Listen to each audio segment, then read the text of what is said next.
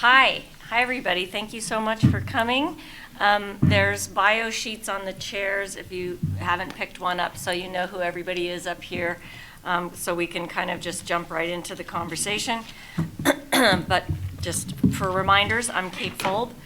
I'm Director of Hollywood Health and Society, which is a project of the Norman Lear Center, and we work with television and film and screenwriters and content creators on accuracy in depictions. So this is a really important topic for us and for me personally, because there's a lot of inaccuracy out there when it comes to people with disabilities, and we're going to try to fix that, along with all of my illustrious colleagues here at the table. I'll just say everybody's name, but I won't read their bios. You can look at it. So to my left is John Lawson, and next to him is Kelly McNeil, and next to Kelly is Kate Halabozek. I hope I pronounced it right. You did. Yay. And Deborah Calla, sorry, I just asked you, and Tatiana Lee. And you can see what their expertise are on the bio sheet, but we want to talk today about people with disabilities in television, film, comics, really any kind of entertainment media and how they're portrayed. And I just want to start with a little anecdote about what happened when we got here this morning. So this is the panel about people with disabilities, right? So the tables were up on the stage, as most of them are in these rooms, right? But there was no ramp for anybody who might need a ramp to get on stage. And we asked them about it, and they apologized. The LA Convention Center apologized and said they don't have any more ramps, sorry. So this is the Los Angeles Convention Center. They have, I think, 2 ramps somewhere in the building. They're on the main stage. They're on the main stage. But the panel about people with disabilities doesn't have a ramp on stage. So we rectified that by putting the tables down here. So They were also supposed to provide an ASL interpreter, and they promised that. I was just raising my hand for that because I have a deaf child. Yeah. And I'm sitting here thinking, what if my child is sitting there with me? We made arrangements for those particular things 3 weeks ago, and I have in writing multiple emails and communications confirming that the room would be fully accessible and that there would be an ASL interpreter provided. And through every subsequent email communication that I signed off with in the planning of this, I repeatedly thanked them for taking, the accommodations. And here we find ourselves. And it's not a good look.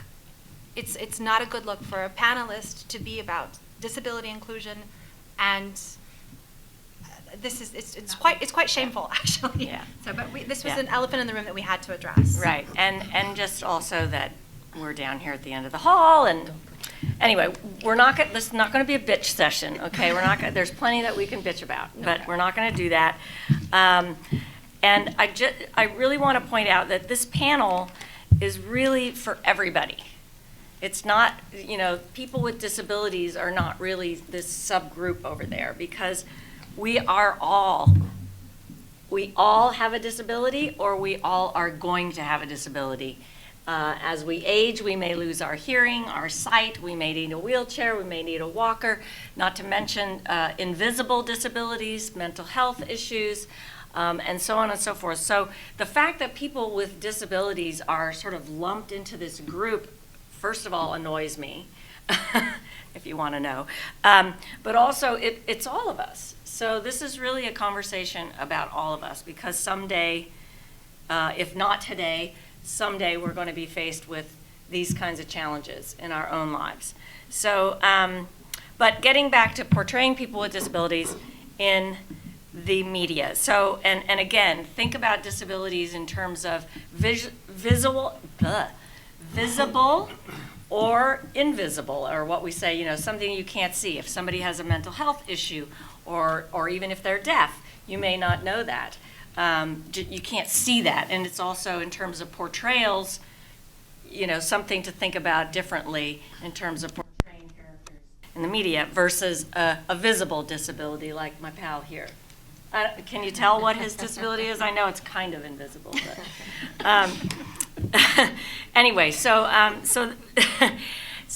and I'm sure those of you who are Comic-Con fans or storytelling fans, movie fans, know and have seen, if you think about your life, and especially, I won't name names, but lots of villains, lots of comic book villains, certainly in the past, tended to have a disability of some sort. The evil scientist, that's got the hunchback or the patch over his eye, or is in a wheelchair, The or Joker. the joke, right? So I mean, we don't have to go very far. So the sort of common tropes have been, visible disabilities. They're always the villain, or they're somebody who needs to be pitied, or they're the person that's going to give us all inspiration, because they're so resilient.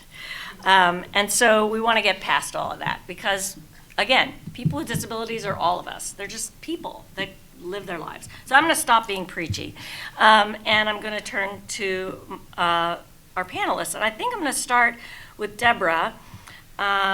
You're with the Producers Guild, you work with the Writers Guild, you have a lot to do with sort of encouraging accurate portrayals with actors, writers, et cetera. So why don't you chime in a little bit here?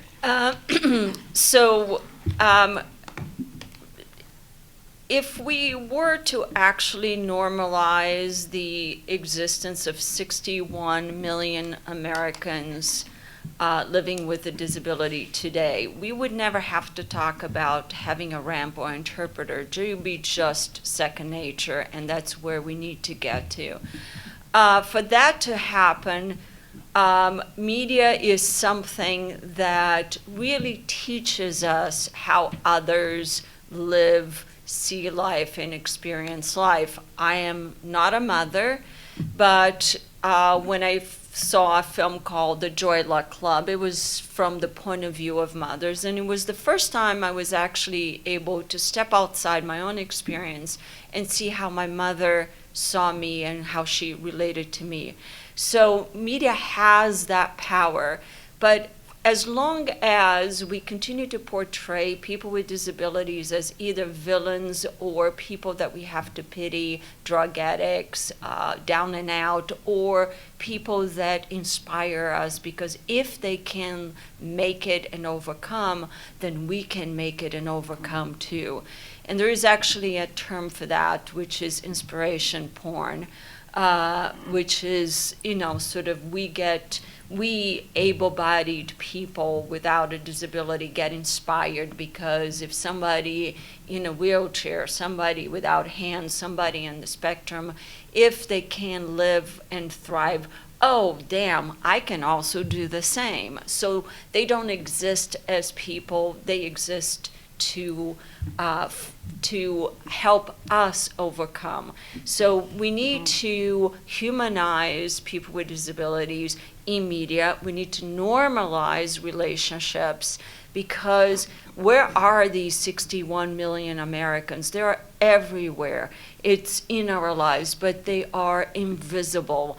And that really comes from our misconceptions, our own fears. And I think it all starts with the writing, and we need to get writers to really start thinking about how to write characters with disabilities, how just to include them in a regular, a movie script, in a TV script, not really making a big deal out of someone having a disability. You can be a lead actor, you can be a bank teller. Why can't you be a bank teller in a wheelchair? Why can't you be, an accountant on the spectrum? Why not?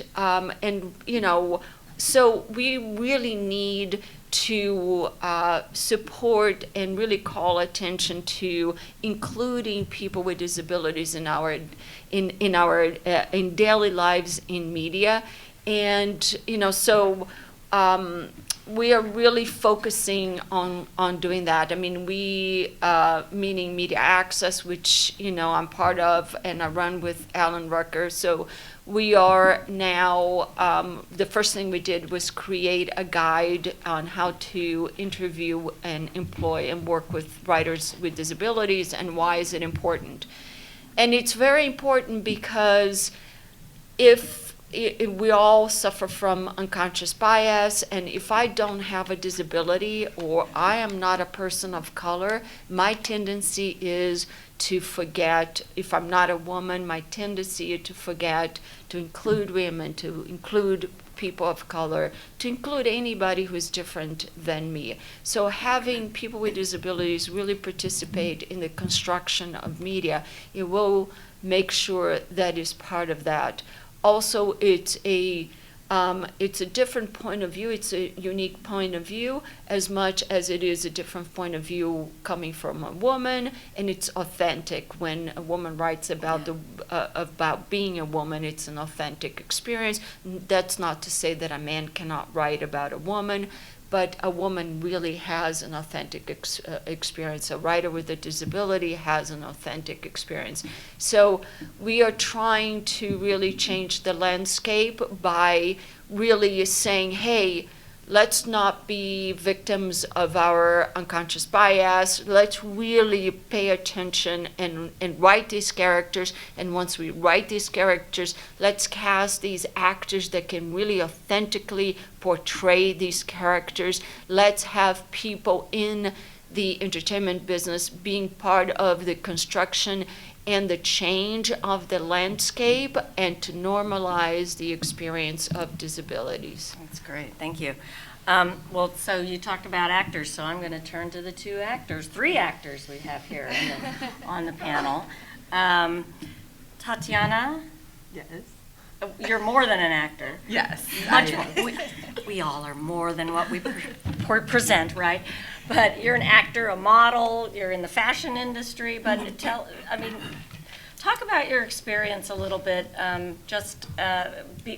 trying to work, get jobs, what you face. So it's very challenging. So I am technically the reason we are down here. I'm a wheelchair user, and I was born with my disability, so that life experience is all I know. And I am also, you can see, a woman of color, and I wanted to. And growing up, I didn't see representation of myself. And I'm that person. I love film. I love TV. I love the fashion industry. Like, those are just things that just from before I could talk, that was what I loved. And growing up and not seeing yourself represented in that is like the worst growing up. Like, I hated the way I felt growing up, loving something but not seeing myself represented in that. And then it really went into also how society started treating me once I got older and experienced life in school and being out in public. It was just people's reactions to me. It was literally, and it still is to this day, that I am just this foreign unicorn that is just this mythical creature you've never seen before, and wow, it's so amazing, and I'm just so in awe of you. And I'm literally sitting in a grocery store, maybe grocery shopping, and people will tell me I'm such an inspiration. And that goes back to that term, inspiration porn. And it's like, why would you call me an inspiration? I'm literally just getting groceries. Like, people with disabilities, we do any and everything that everyone else does. I'm a sister, I'm a daughter, I'm an aunt. I am a best friend. I love fashion, just so many things. I date, and just people don't think about us as three-dimensional humans that just exist in this world, and that's just how I move about the world. And I started wanting to advocate in this industry because I saw the barriers that someone like myself was up against. I saw white women who had far less visible disabilities than I had nobody even think about hiring them or don't want to hire them because they think the way they look is offensive. And so I was like, well, dag, you're really going to think I look offensive? I'm in a wheelchair. I'm a black girl. I'm curvy. I got natural hair. Like, oh, I'm really going to offend you. But no, that's what people actually think. I've actually had opportunities denied opportunities, acting opportunities, and modeling opportunities because people assume that my presence is offensive to pop culture or to the masses. And so I really want to change that, because when I look in the mirror, I see something amazing. I see something beautiful, and I see other girls who look like me, who are beautiful and amazing, and I want them to feel proud of who they are just as they are. And so I think that is important. And so when we do things like, we're portrayed as a villain and, portrayed in all these negative stereotypes that are very, very harmful, it's harmful to our self-esteem as people and what we deal with, because then that's how society reacts to us. And so now you're this hideous thing opposed to someone admiring you and saying, wow, you're just a regular person, and just coming up and having a conversation with you. No one can hardly ever just people on the street come to me and just say, how are you? Or hi. And that's just it. Mostly the first thing is, what happened to you? And it's like, what do you mean what happened to me? And then people don't think about disability and just the spectrum of it. It's like, you wear glasses and it's like, that's an impairment. Just as much as my wheelchair is just an impairment, and that's it. That's just the way I need a wheelchair to move, because my legs don't work the way everyone else's does, and that's okay. And so I think people don't think about it in that way, and we need to have media portray that in a way where you have a woman or a person of color or anything just being who they are, experiencing life. Not only that, it makes for amazing storytelling, because the way a woman who's walking and the way that a woman is going to tackle something in a wheelchair is going to be two different experiences, but it makes for an interesting avenue of storytelling. And then another thing that I love is that, the market of disability, it's a huge market to tap into. Right now, according to Nielsen, disability market is valued at $1 trillion. We are the third largest industry to tap into, and people have yet to do it right, or even do it at all, because they're afraid to tackle it. But there's money on the table, so it's not just the nice thing to do because, oh, we need to include people with disabilities. It's the smart thing to do. And actually, I went to school and majored in marketing because I wanted to be able to teach people how to brand disability, because I knew how to think about myself being included. So I was like, I can show them how to include me. They, stop telling me you can't include me. I can show you, just let me talk. And so that's even hard to people to even think that you have a voice and something to say. So I'll just kind of leave it at that for now. How many of you are writers or producers? Oh, good. Are you guys working on, current projects? Are you incorporating characters with disability in you are? That's great. I just want to say I grew up in Texas, and I learned ASL when I was a little girl. So something that is something that I love dearly. So I'm very hurt that there's not a translator here. And I'm not good enough to translate for people. But I grew up. I started being an actor, and then I made the switch to writing, and that's been my main focus for the last 5 years. And I wrote a script that actually John is starring in, and then it's got 2 lead characters with both disabilities, but the movie's not about their disabilities. And the challenges that we have faced getting this project, just getting people to believe in it, has been overwhelming. And I was inspired to tell the story because of a tragedy that had impacted my own family. A member of my family suffered a spinal cord injury. And I have to say that apart from really, learning ASL as a child, my exposure and experience with the disabled film community was limited.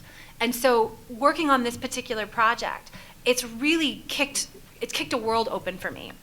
So this is something that I've become incredibly passionate about and I'm advocating for.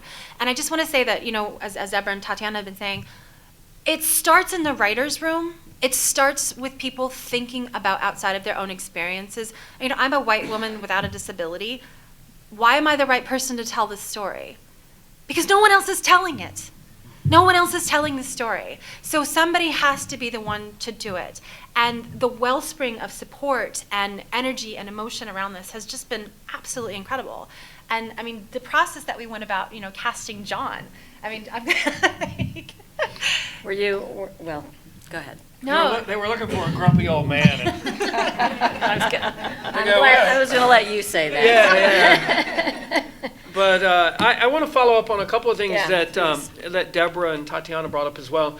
And Deborah said, we talk about inspirational porn, and I know you've all seen those memes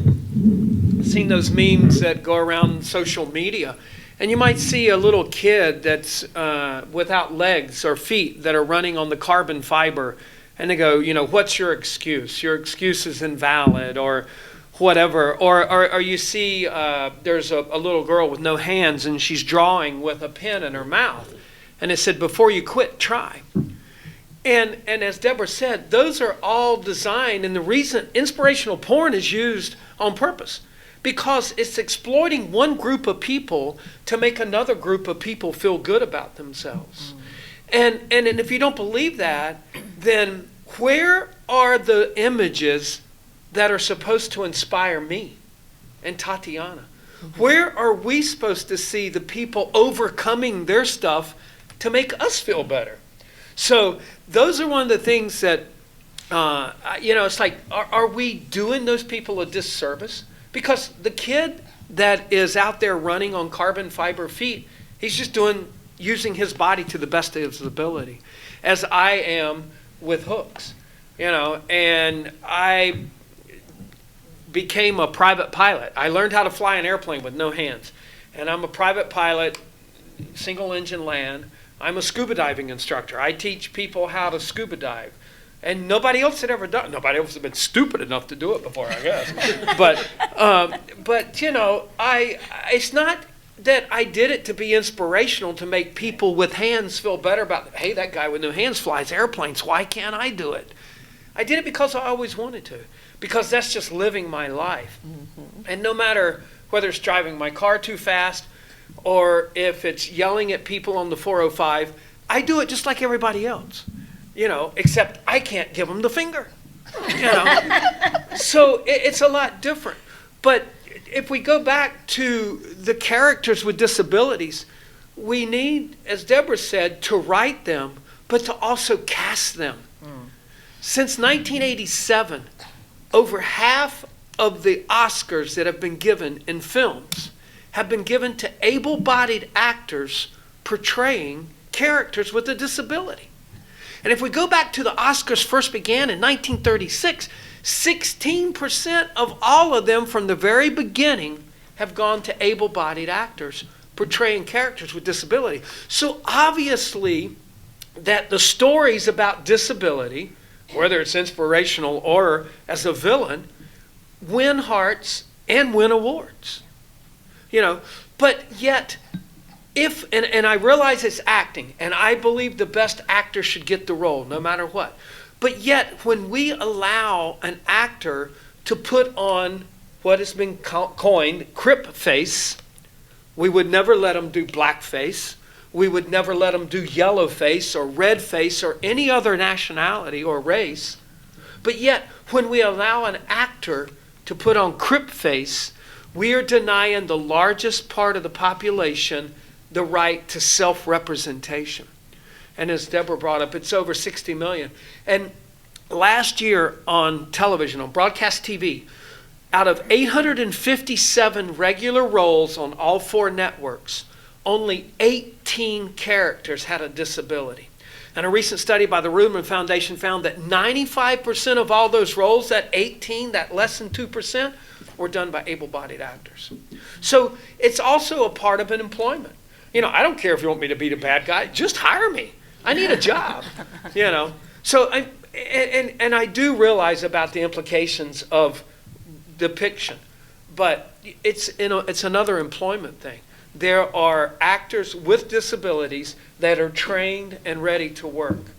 And but yet they don't get a chance. And it's the same thing because we don't get called into audition as much. Now, in real life, I'm a dad, I'm a granddad, I'm a pilot, and I'm a scuba diving instructor that happens to be an amputee. But in Hollywood, I'm an amputee that happens to be an actor. So when there's an amputee role, I get called. But if it's the dad or the granddad or the pilot or the lawyer or the bank teller, they never call me in to audition. So my audition skills are not as good, and everybody knows as an actor that your auditioning is completely different than what your acting skills are. So a person without disabilities gets to go in for all those other roles, the dads, the granddad, the bankers, the tellers, and so their audition skills are a lot more, so that when a person finally with a disability gets a chance to go in, their audition skills aren't as good, so they're not going to present themselves as well. So if they can Yes. even get into the room. Exactly. And here in Hollywood, a lot of the casting directors are in little old buildings, and they don't have ramps. And even though the ADA years ago said we have to make reasonable accommodations, a lot of people in chairs can't get up to the stage. There's no one to really enforce them. Yeah. Sorry, go ahead. Just I think, sorry. Well, oh man, these things are dirty. I know, look. They are. I want to get to Kate, the other Kate, at the end, because I'm thinking about, there seems to me to be kind of a trajectory about this kind of thing where a certain group or individual, a type of person is not represented. And then there's a push to sort of get any kind of representation.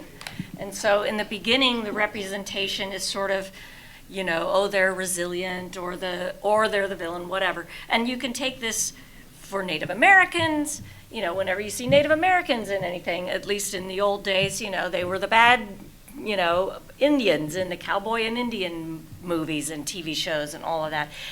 But it was, at least they were there, so it feels like there's this trajectory that maybe we're starting to get to the other side of. That first it's just represent us at all, and then let's get into the nuance of, is it, what do you call it, inspirational porn? Is it, making the person the villain? Okay, let's get past that to some really great stories about people and their perspectives on life. And then can we just get to where everybody's just a person, that the bank teller is the guy with no hands, or when you see people at a restaurant, there's somebody in a wheelchair at the table next door, or, just sort of part of life, how we all experience life. So, I mean, from your standpoint in working with films and promoting and garnering audiences, do you have thoughts about that? I do. Is this on? It is. Okay. Just don't touch the bottom, because Okay. you'll be filthy regret it.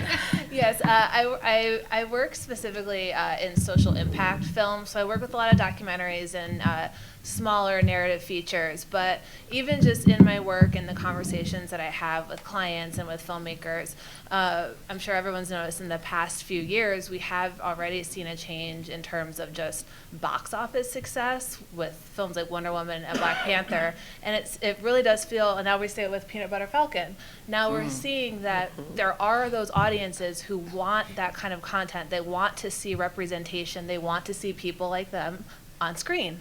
And so what happens? There's one success, and then all the studios say, oh, people do want to see this, and then they start making more content with people of color, with women, with disabled people as the leads, and that helps to normalize everything.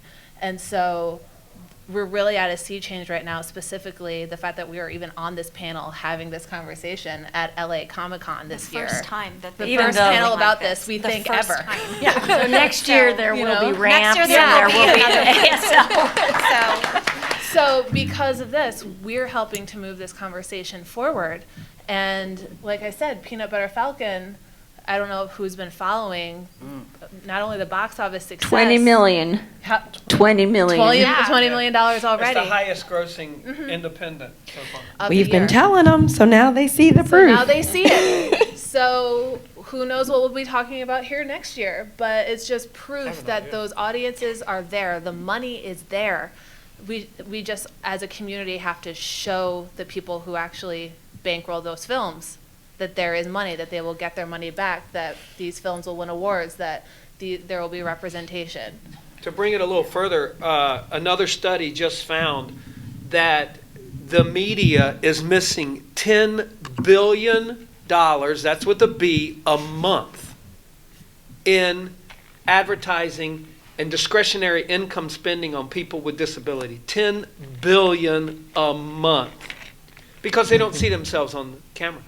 And Nielsen, in the study that we brought up earlier, they even did it even more in depth, that people with disabilities are more loyal and more brand loyal than people without disabilities. And I know that myself, that when I go shopping, I go to one particular store because if I go to a different store, people go, hey, you're an inspiration, you're buying groceries, as Tatiana said.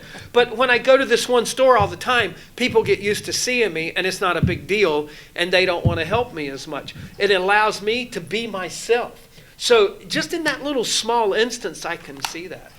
And talking about good representation, you know, Peanut Butter Falcon, and the other is Game of Thrones, where Peter Dinklage was a character who got married, he fought, he was smart, self-deprecating, sexy, and all of a sudden we forgot that he was a little person, and he was just this really complex character. And that's how we change the views of an audience, where you forget, because there was not, you know, the 6, 7 season, whatever how many seasons there were, it wasn't like, oh, look at Peter Dinklage, he is a small person. No, he was like a character, the evolved, that, you know, went from being just the son of a very, you know, powerful man to sort of going to the other side, making his own decisions, loving, hating, and you know, and actually in the end, he was the one that came off the best. He became, you know, he earned on his own the position that he was given as the counselor, whatever else. And Peanut Butter Falcon is a lovely story of a young man who wants to fulfill his dream. And he meets up with someone else who's down and out, and they go like, okay, you know, let's do this thing together. And through it, the three main characters change because of their friendship, not because there is a character with Down syndrome. It's just because 3 people that are in the crossroads of their lives get together, and we respond to that. We don't respond as human beings. We respond to, you know, people really coming together, people changing, people behaving like people. We do not respond to inspiration porn. We just don't. Go ahead. I was just gonna, sorry, we're all so polite on this panel. I have to be. I don't have a choice. I was just going to say, you know, from the writer's standpoint, it is so important to not have the disability be the inciting incident of a narrative. So where it's a before and after, you know, here's an able-bodied person, I broke my back, how am I going to cope? Because when we experience this in my own family with an actual injury, the thing that I noticed is that they were the same. They were the same. They had the same attitude, the same likes, dislikes, preferences. They were the same person, and it was unfair to treat them any differently just because of an injury or a disability. So I think as a storyteller, it's so important to create these rounded characters that don't have that be the inciting incident. And then you can actually cast actors with the physical representations. Now, the other thing that I wanted to talk about is, you know, we always see disability, especially in comics, as the villain or something, you know, to overcome, or maybe they were bullied for whatever reason. But if you look at films like A Quiet Place, the deafness actually saves the characters. That's an interesting spin on it. So when producers are always saying we want the same but different, maybe the next time you're writing something, think about how to give them the same but make it different in that way. Good Good point. Yeah, Bird Box was the same Bird way. Box, too. Yeah, their disability actually saved them, Okay. Well, I want to get into more examples of good stuff. But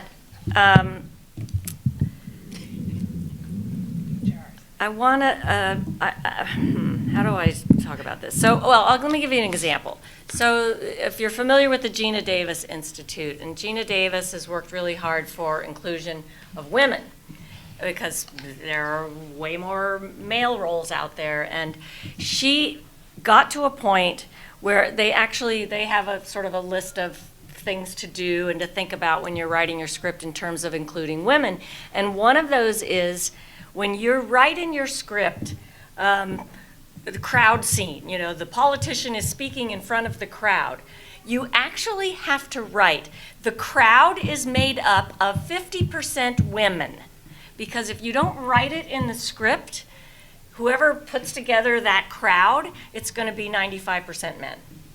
And so just being explicit in your scripts about who you want in that crowd or in that coffee shop or in that background scene or whatever, let alone the lead characters, but, just that is just being, not to assume that people are going to create a diverse crowd, because they don't. So just that one little thing, sort of writing that in and making that, and going one step further, the crowd is made up of 50% women and, X% African American and X% people with disabilities, or however you want to do it, but as explicit as you can get in your scripts, that helps it become a reality. And I think that specificity can also apply to characters, that the character should be in a wheelchair, Yes, or that the absolutely. character could be missing an arm or missing a leg or be on the spectrum. Because if you don't, casting, they're going to throw out a wide net, except in specific areas. You're helping casting You're directors. helping casting. You were actually empowering casting directors to do just Exactly. that. Because if you write a crowd scene where you say the crowd is made up of women, men, people of color, people with disabilities, then the extra casting director is going to go out and do just that. It's like, it's not my opinion, it's not your opinion, here's the script, this is what I do, I'm a casting director, I read a script, I see the characters, and I go. That's why it's so important to have this specificity, because you are helping the whole chain of command to actually think about that. Otherwise, again, it's, most often it's just unconscious bias. Nobody's doing it on purpose. People forget that there are women in this world, that there are people of color, that are disabled people, and it goes like men and all white, and that's like the default modus operandi. So we want to break that. And one other thing is that, first of all, we got to understand that the entertainment industry is an industry. It is a business that has to be profitable or it doesn't go on. So if the storyline is about some person with a disability, you've got to take the box office draw. You've got to take the person that we know will sell X amount of $1 million of tickets. And if that person is going to portray someone with a disability, why not have the next 3 characters have the disability or a disability? Or why not have 20% of the background have a disability? Because at some point, not in my lifetime, but we need to get to the point to where those actors that are doing the secondary roles that actually have the disability will soon have the box office draw to do the lead role eventually. So I know that we've got to sell the movie, but why not put in some second? Because there are actors that are trained and can do the roles and do the secondary roles. Yeah, and in addition, and then I want to get to Kate about marketing again too. That goes to the writers' rooms as well. If you have people I mean, it's the same. If you have women in the writer's room, then you're going to have more stories about women. If you're going to have African Americans in the writer's room, you're going to have, you look like you want to say something. Oh, So- yeah, I was going to say yes, have that because we tell those unique stories. And then I was going back to what John was saying about having those actors have opportunities. So I had a situation that was like that I was very, very fortunate. I got to work opposite Joaquin Phoenix in his last film, but it was because he played a wheelchair user in his last film, and they filmed the scene where he was in a rehab facility for people just having accidents, where we got to be around him and interact, and they used real wheelchair users. And so that was a great opportunity. So now I have on my IMDb that I've played opposite Joaquin Phoenix in a film, and that looks good on my resume. Yeah, So it's like, but that's a great thing. And then that film did really, really well. And then they had some other characters in there. Another woman named Santina Moa, who's amazing.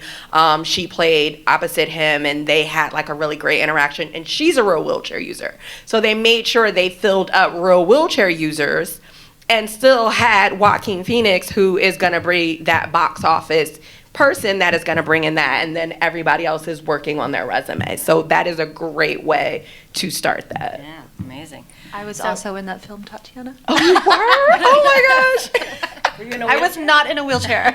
Thank you. My dog is the one that actually got the part, so. Okay, well, that's another panel. It's down the other end of the hallway. So yeah, let's get back to just the business of it. I mean, 61 million 61 million Americans are living with a disability. It's $1 trillion market. Yes. It seems to me if you didn't even care about inclusion, that's enough reason to.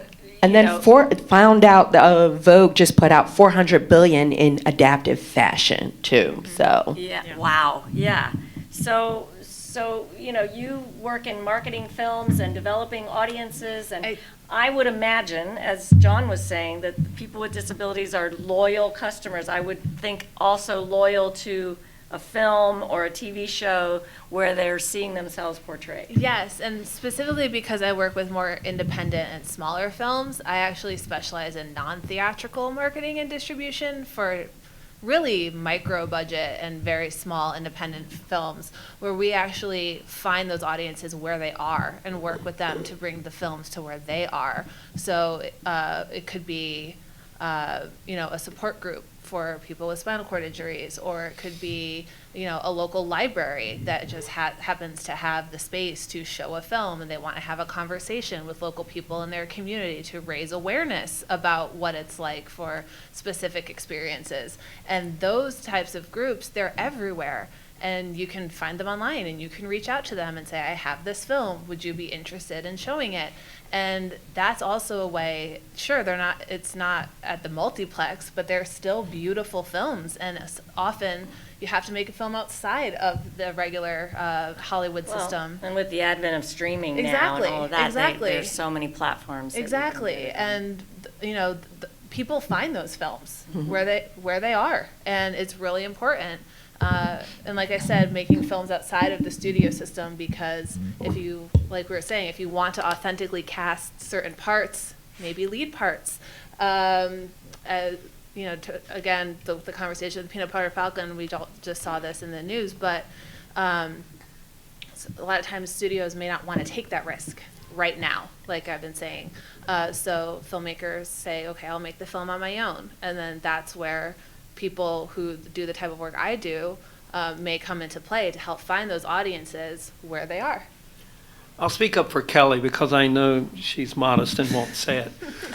But that's the case with the film that we're working on that she just cast me in. We just met recently when she did a nationwide casting for a grumpy old guy with no hands. And I kind of went to the top of the list. Yes? he's perfect. And Believe it or not, we did. it was typecasting.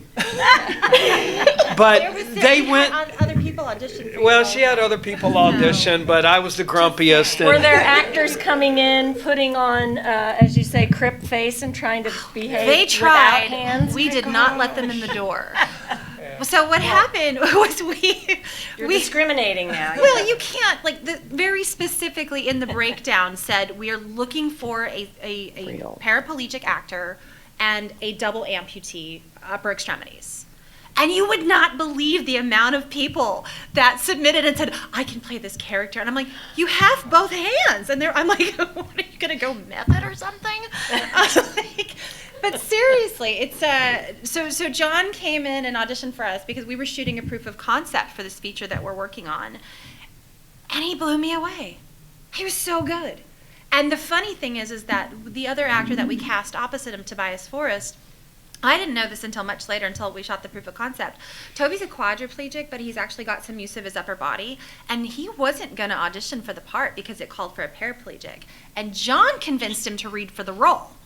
And Toby absolutely blew us away. This guy he had the depth and the gravitas and everything that we needed. And then I later find out that they're best friends, and I'm like, God, what did I sign up for? You were not ready. I wasn't ready for this at all. But so that's how John and I. The thing about it is that they pitched this to 2 or 3 large production companies who were very interested. This is a great story. The script has won multiple awards all around. We want to do this, but you've got to recast the leads. We need to recast somebody without a disability. We're not doing it. And they wouldn't do it. So that's why we're still attached.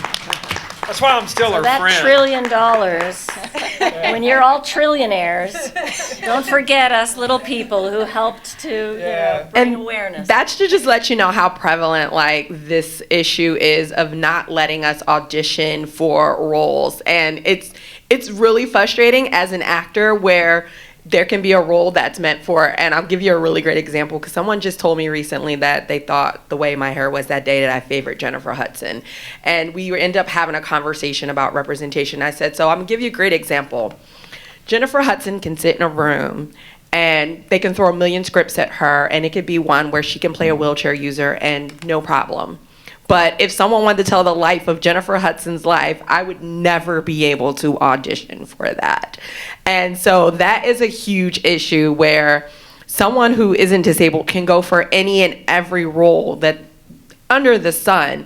But like John said earlier, unless it's called for an a double extremity amputee or a wheelchair user, or most of the time, sometimes I can't even unless it says a diverse person of color in a wheelchair or a woman of color in a wheelchair, which is very far and few between.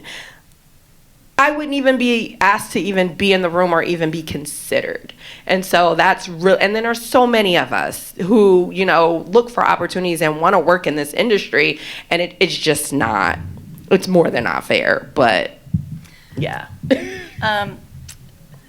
So my organization, Hollywood Health and Society, we do an annual award where we honor TV shows and TV movies that have dealt with a number of issues accurately, responsibly, entertainingly, and we're gearing up for our awards.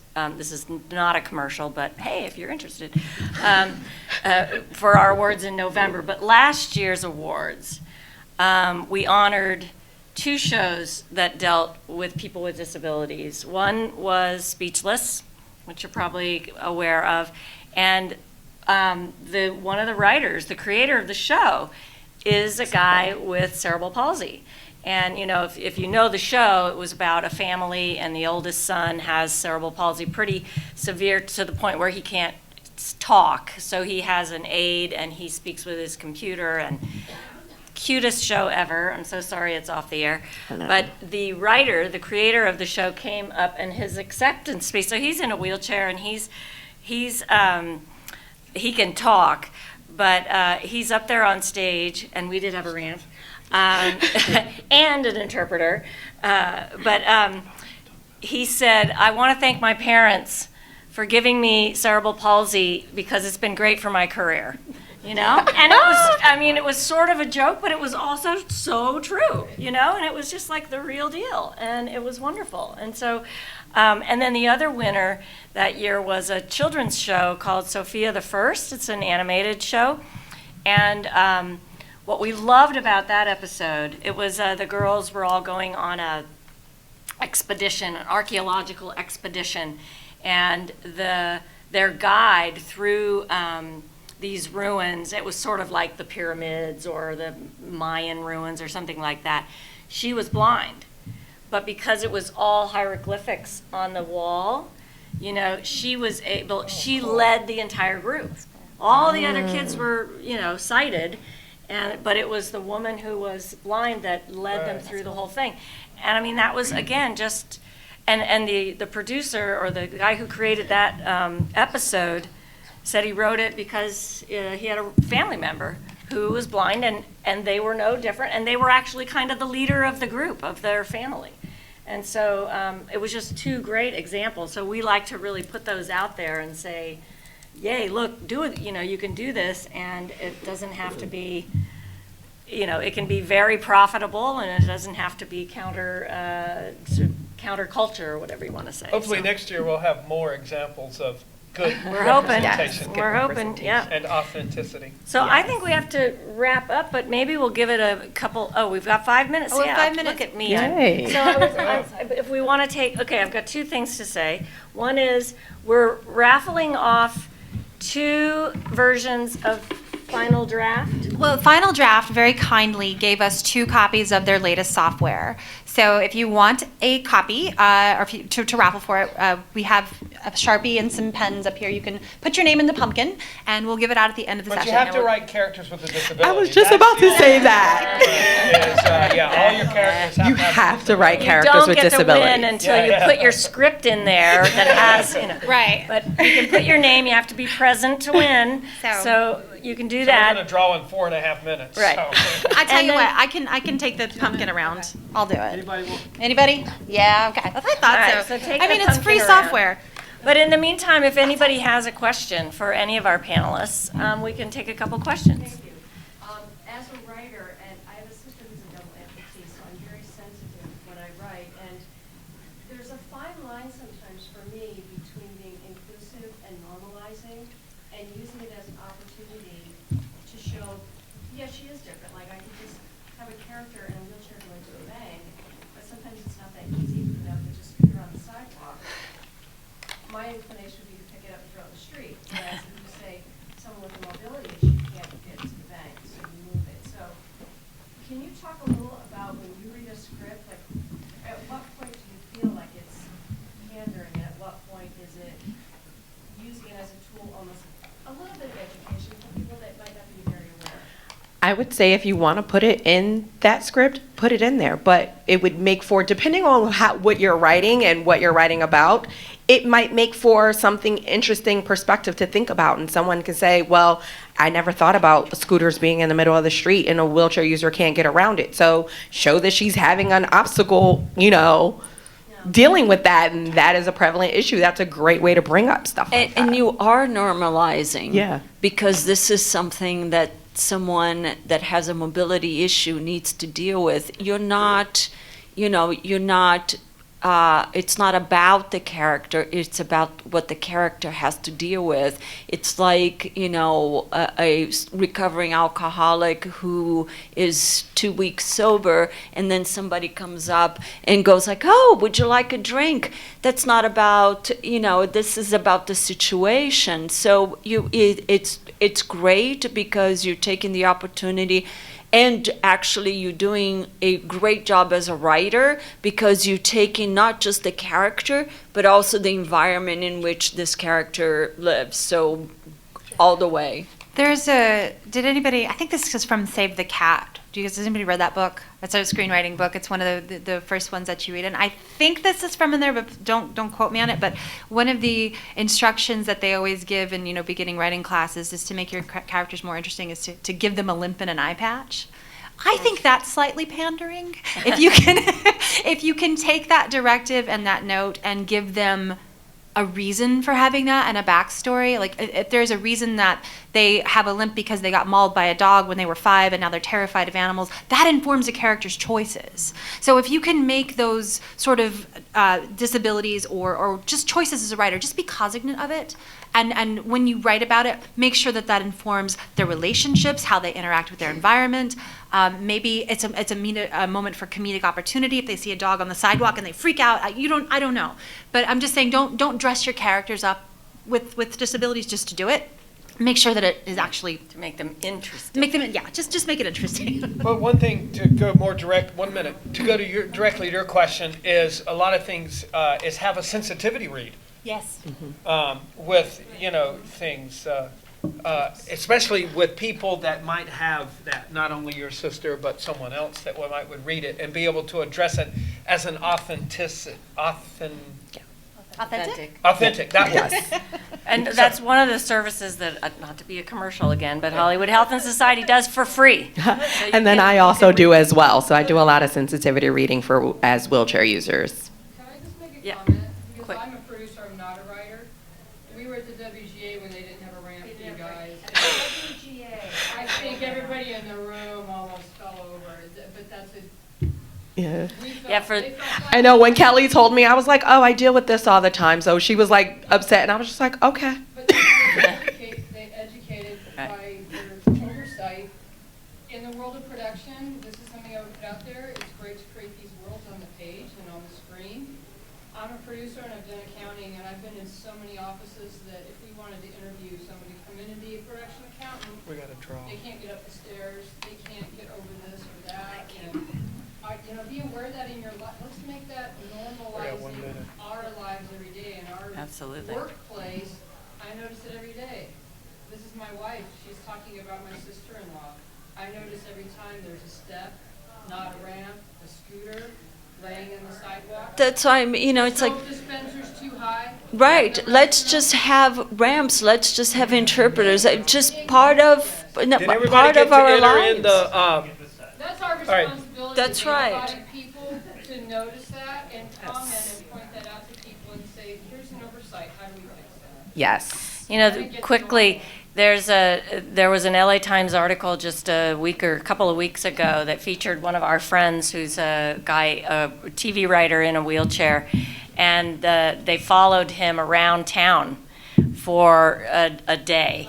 And the impetus was to find scooters in the way. Yeah. And it opened Yeah. up a whole new world that Yeah. the writer had never even thought about. right, yeah, it started out as an article about scooters, and it ended up being an article about, Be aware on but the front side, if somebody came in later, not like, oh shoot, how do we MacGyver a ramp out of nowhere? Be ready. Be ready Yeah. for people Yeah. to come in and Right. for those of you who came in late, we announced, and then I'm going to do the drawing, that when we got here, this is the panel on people with disabilities, and the table was up on the stage and there was no ramp anywhere. I mean, this is the panel. And no on people ASL with- interpreter. And they've No known ASL about interpreter. it for weeks. So and again, I don't think anybody did it on purpose. It's just, they have unconscious bias. They don't think about it, but really. So we look forward to all of your scripts. Come back next year. We'll be doing the panel again. I'm already committing us to that. So Yes. the room will be twice the size. We'll be in the main stage.